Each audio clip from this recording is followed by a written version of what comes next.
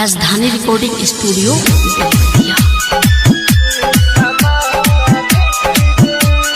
आप सुन रहे हैं एजी एंटरटेनमेंट की धमाकेदार प्रस्तुति। जाते बानी पोखरा में ले समाधि रे, जाते बानी पोखरा में ले समाधि रे। रोजे रोतानी तोहके जो हातानी, रोजे रोतानी तोहके जो हातानी।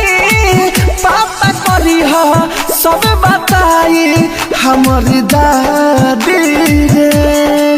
जाते बानी पोखरा में ले समाधि रे, जाते बानी पोखरा में ले समाधि रे। राजधानी रिकॉर्डिंग स्टूडियो बेलवतिया।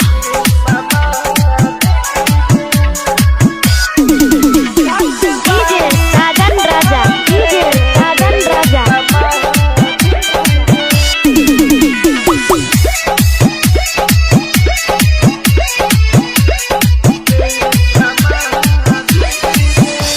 बिना कइले बात हमसे राहत न रहलू। एकाएक जान कैसन सीतमई ढालू। बिना कइले बात हमसे राहत न रहलू। एकाएक जान कैसन सीतमई ढालू। भेजल तकिया बावे लोरा से आव देखा दी रे। जात बानी पोखरा में ले समाधि रे, जात बानी पोखरा में ले समाधि रे। आप सुन रहे हैं एजी एंटरटेनमेंट की धमाकेदार प्रस्तुति।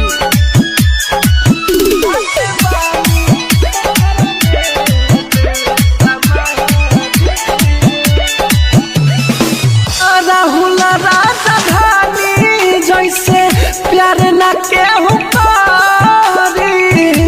अमित से के मंगिया अब तार भारी।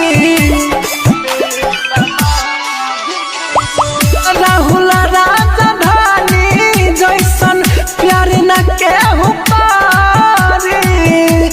अमित से के बोली मंगिया तार भारी। जखम बारे भीतर के तना आबू देखा दे